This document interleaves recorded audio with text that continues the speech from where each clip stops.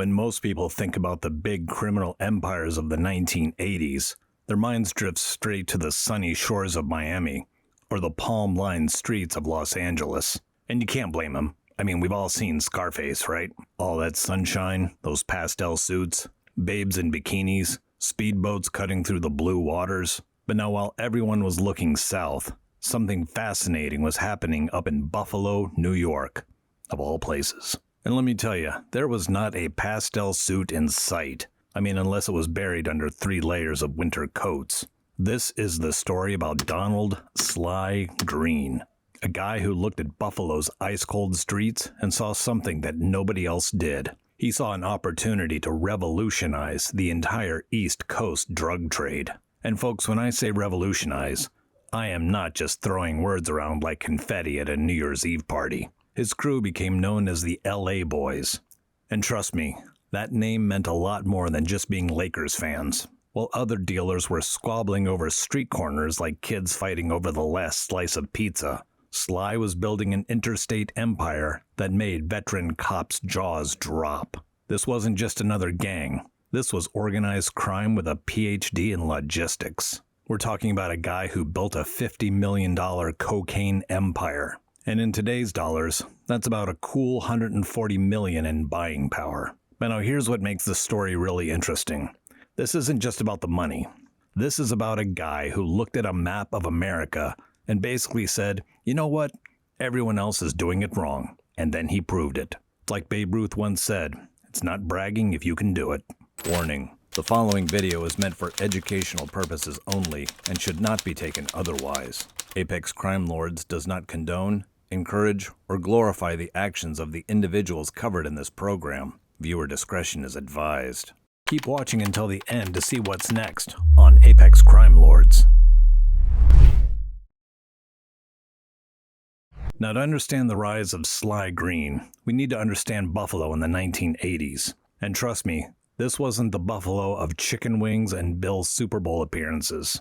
We are talking about Buffalo at its lowest point. You got steel mills that are closing faster than bars during a police raid. The grain elevators stood like ancient ruins along the waterfront. And you remember those, hey, will the last person leaving Detroit please turn the lights out kind of jokes? Well, in Buffalo, it wasn't a joke. It was starting to feel like a real possibility. The crack epidemic was just starting to sink its teeth into America. And Buffalo? Well, Buffalo was like an all-you-can-eat buffet for disaster. You got unemployment that's skyrocketing, and communities that are crumbling, and hope was about as rare as a sunny day in February. Most dealers in Buffalo were small-time operators. The old mob families had run things for decades, and they were losing their grip. Their rules, their traditions, their whole way of doing business was all starting to look as outdated as last year's snow. But now you know what they say about chaos. It's not just destruction, it's also opportunity. And nobody saw that opportunity clearer than our man Sly Green. Now, trying to find details about Sly Green's early life is trying to track footprints in a Buffalo blizzard. I mean, yeah, we knew he grew up in Buffalo's tough neighborhoods, but anything more than that? It's like the guy just appeared out of thin air, fully formed with a plan that would change everything. And here's what we do know. While other kids were dreaming about becoming the next Jim Kelly or getting out of Buffalo altogether, young Donald was studying. Now, not books, mind you, but although with that business sense that he had, he probably should have been in Harvard Business School. No, he was studying the streets, the systems, the way things worked, and more importantly, the way they could work better. So this is where Sly Green went from being just another street hustler to someone who deserves his own episode. Because what he did next is the kind of thing that separates the amateurs from the professionals. Let's go back and think about being in Buffalo during the 1980s. Every dealer worth their pager is looking east to New York or south to Miami to get their supply. Because that's just how you did things. Like putting blue cheese on your wings or complaining about the weather. It was tradition. But now Sly, he looked west. He looked all the way west. And when I say he had a California state of mind, I don't mean he was thinking about palm trees and In-N-Out burgers. I mean, think about this for a second. This was an era before cell phones, before the internet, before you could track a package like a pizza delivery. This man set up a supply line that stretched clear across the continent. That's not just ambitious. That is either genius or crazy. Or, maybe a little bit of both. Now let me tell you why this is so brilliant. Every time drugs move from hand to hand, city to city, the price went up. That's basic economics, right? But by going straight to LA, Sly was cutting out so many middlemen, he might as well have been performing surgery on the supply chain. So the LA boys weren't just another gang with a flashy name. They were a statement. When people heard LA boys in Buffalo, they knew two things. This product came straight from the source, and these guys weren't playing by the old rules anymore. The genius of Sly Green's operation wasn't just in the supply line, it was in the details. While other crews were rolling around in flashy cars and drawing heat, the LA boys kept it professional. I mean, as professional as you can in their line of work. His brother was Clayton Iceberg Green. Let me tell you, he didn't get that nickname just because of the Buffalo winters. Iceberg became his right-hand man. I mean, talk about a family business. This was like a twisted version of the family grocery store, just with slightly different inventory and much higher stakes. Court records would later show they were plotting operations worth up to $50 million. I mean, this is not drug dealer money anymore. That's Fortune 500 territory. I mean, without the weekly stockholder meetings, of course. Unless you count those weekly gatherings at the local pool hall. And now we come to that car chase story. Look, in this line of work, you hear a lot of tall tales. Guy says he outran a police helicopter on a bicycle. Yeah, right. Another guy claims he tunneled out of prison with a plastic spoon. Yeah, sure you did, buddy. But now this one is documented. Okay, picture this. Sly Green in the middle of a high-speed chase with a rival dealer known as Fat Richard decides that simply winning the chase isn't enough. No. Our boy Sly tries to jump from his moving car into Fat Richard's vehicle. Not for a quick getaway, mind you. He was trying to get into the other car. Now, most people's reaction to that story would be why. My reaction is, how? I mean, we're not talking about some Hollywood stunt with cables and crash pads. This is Buffalo. The only padding you're going to get is maybe a snowbank if you're lucky. By the late 1980s and early 1990s, the LA boys weren't just another Buffalo gang. They were an institution. And Sly Green, he was running things like a CEO who just happened to have an office in the streets instead of a corner office downtown. We're talking about an operation so smooth that legitimate businesses were taking notes. Their distribution ran like clockwork. Their quality control would have made Japanese car manufacturers jealous. And their market penetration? Let's just say they weren't worried about competition from startup crews. Remember, this is before cell phones were everywhere, and before you could just Google map your way across the country. These guys were coordinating cross-continental shipments using payphones and pagers. I mean, this makes Amazon's logistics look easy by comparison. And Sly, he took pride in his work. Maybe a little too much pride. Later, when he was behind bars, he'd show newspaper clippings about his organization to other inmates. These are my guys, he'd say. This is what they're doing. I mean, he was kind of like a proud papa showing off his kid's report card, if that report card was written by the DEA. So you know what they say about flying too close to the sun, right? Well, in the early 1990s, Sly Green wasn't just flying close to the sun. He was pretty much trying to high-five it. So here's a fun fact about success in the criminal world. The bigger you get, the harder it is to hide. It's like trying to smuggle an elephant in your pocket. Sure, you might get away with it for a minute, but eventually somebody is going to notice the trunk sticking out. By 1991, law enforcement wasn't just noticing, they were taking notes. Lots of notes. The kind of notes that fill up entire file cabinets.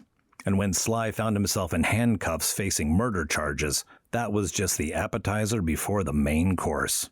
Now let's bring in Assistant U.S. Attorney William J. Hochul Jr. Now, if you're running a criminal empire, the last thing you want is a federal prosecutor who treats RICO cases like a hobby. It's like having a bloodhound that also passed the bar exam. You are not going to outrun or outsmart that combination.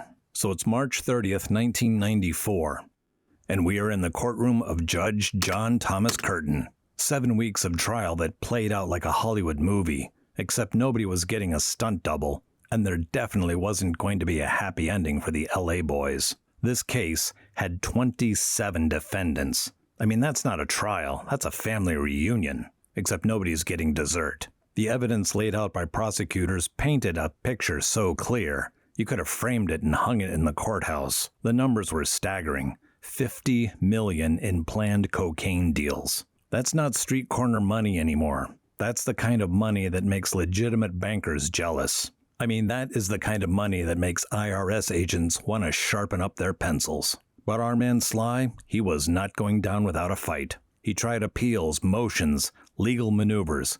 He tried everything. But on March 27, 1997, the verdict struck harder than buffalo snow in February. 4 life sentences plus 110 years. And those are some numbers that even his best accountants couldn't work around.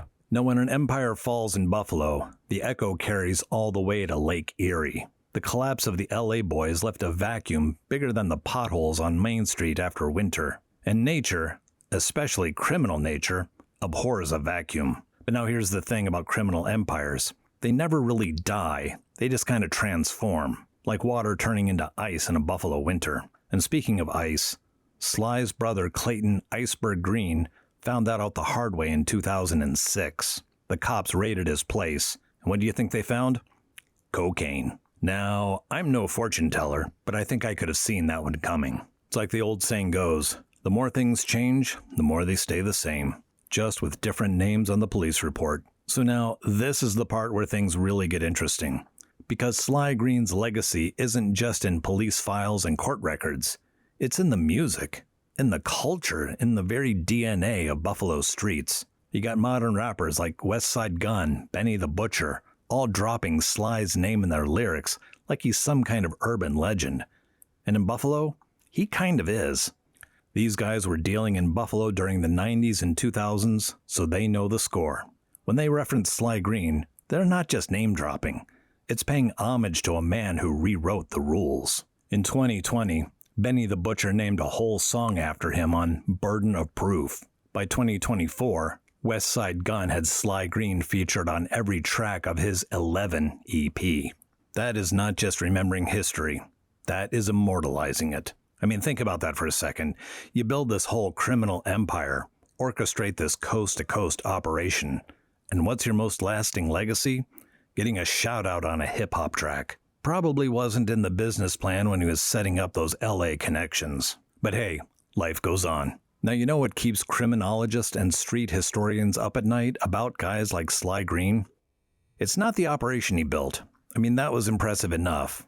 It is the what-ifs. What if a mind like that had gone legitimate? What if that kind of innovation had been pointed in a different direction? Here's a guy who looked at the entire East Coast drug trade and basically said, nah, you chumps are doing it all wrong. And then he proceeded to prove it by building a cross-country pipeline that worked so smoothly it made FedEx look like amateur hour. And this was in the 1980s, folks. I mean, cutting-edge technology meant having a pager that displayed more than just numbers. The story of Sly Green and the LA boys isn't just another tale of cops and robbers. It's a story about innovation in the most unlikely of places. It's about seeing opportunities where others saw obstacles. It's about turning Buffalo's harsh winters and forgotten streets into the headquarters of a criminal empire that stretched from sea to shining sea.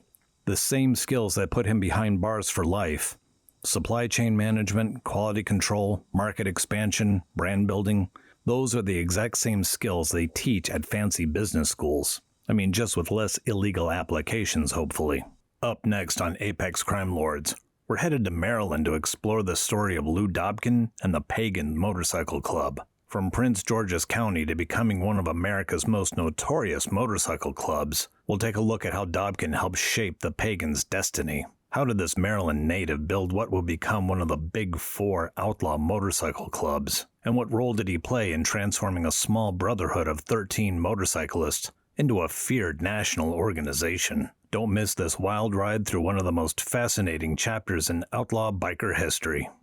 All right, now let's wrap it up on Sly Green. You know, maybe this is the real legacy of Sly Green, that he showed everyone in his city that everyone else had written off, that big things were possible. I mean, yeah, he chose the wrong path and paid for it with multiple life sentences, but the lesson? That Buffalo could play in the big leagues.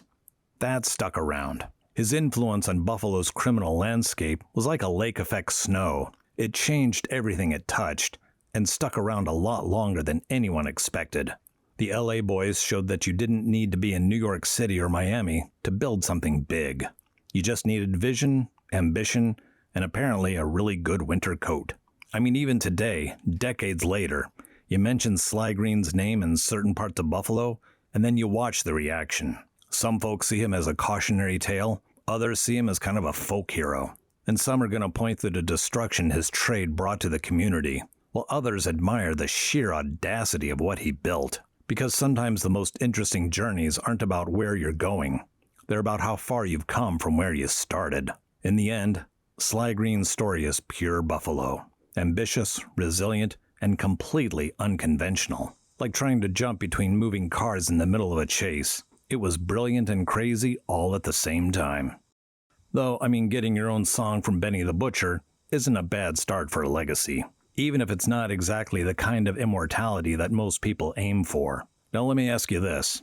When you think about how Sly Green revolutionized Buffalo's drug trade by looking west instead of east, what does this tell us about success in any field? I mean, legal or illegal. Do you think it's the willingness to break free from tradition that's the real key to innovation? I mean, despite all the violence and destruction the drug trade brought to Buffalo, Sly Green is celebrated in modern hip-hop culture. And now what do you think this says about how communities remember their controversial figures? Do you think we're too quick to romanticize criminal innovators? I mean, Sly Green built a multi-million-dollar operation in a city that many had written off as dying. I mean, does his success, even though it was illegal, suggest that Buffalo's economic decline was not inevitable? And what do you think would have happened if that same entrepreneurial spirit had been channeled into a legitimate business? So now how will Sly Green be remembered?